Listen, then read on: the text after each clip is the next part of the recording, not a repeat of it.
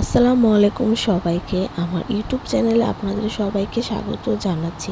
আজকে আমি তৈরি করে দেখাবো পাউরুটি দিয়ে এই মজার নাস্তাটি, যেটি খুব সহজে আপনারা তৈরি করে নিতে পারবেন ঘরে থাকা অল্প উপকরণ দিয়ে, এবং বাচ্চাদের জন্য এটি একটি মজার নাস্তা হবে। তো প্রথমে আমি এখানে নিয়ে নিব 4 পিস পাউরুটি, সাথে নিয়ে নিব ডিম ও আলু সিদ্ধ। এখানে আমি একটি ডিম ও 2টি ছোট সাইজের আলু সিদ্ধ করে নিয়েছি। তো প্রথমে আমি আলুগুলোকে একটি কাঁটা চামচ দিয়ে সুন্দর করে ম্যাশ করে নিব। তো সুন্দর করে ম্যাশ করে নিচ্ছি। এখন এর সাথে আমি সিদ্ধ ডিমকে গ্রেটার দিয়ে সুন্দর করে গ্রেট করে নেব।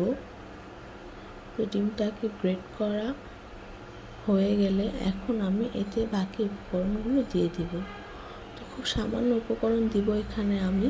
তো এখানে আমি প্রথমেই দিয়ে দিব কুচি করা পেঁয়াজ আর মরিচ। তো এখন আমি এখানে দিয়ে দিব সামান্য পরিমাণে লবণ, স্বাদ মতো, আর সামান্য পরিমাণে মরিচের গুঁড়ো। বাস, এখন আমি সুন্দর করে হাত দিয়ে মাখিয়ে নিব। তো এখানে আমি সুন্দর করে হাত দিয়ে মেখে একটি পুর তৈরি করে নিয়েছি। এখন আমি 1 পিস পাউরুটি নিয়ে নিয়েছি। তো পাউরুটির মধ্যে আলু আর ডিমের পুরটাকে সুন্দর করে চেপে চেপে বসিয়ে নেব।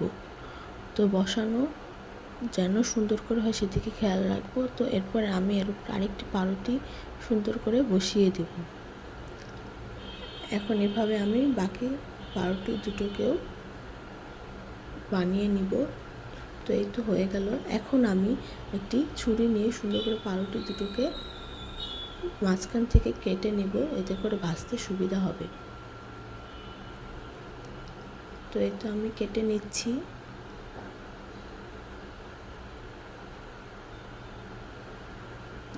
দেখতে পেলেন সুন্দর করে কাটা হয়ে গেল।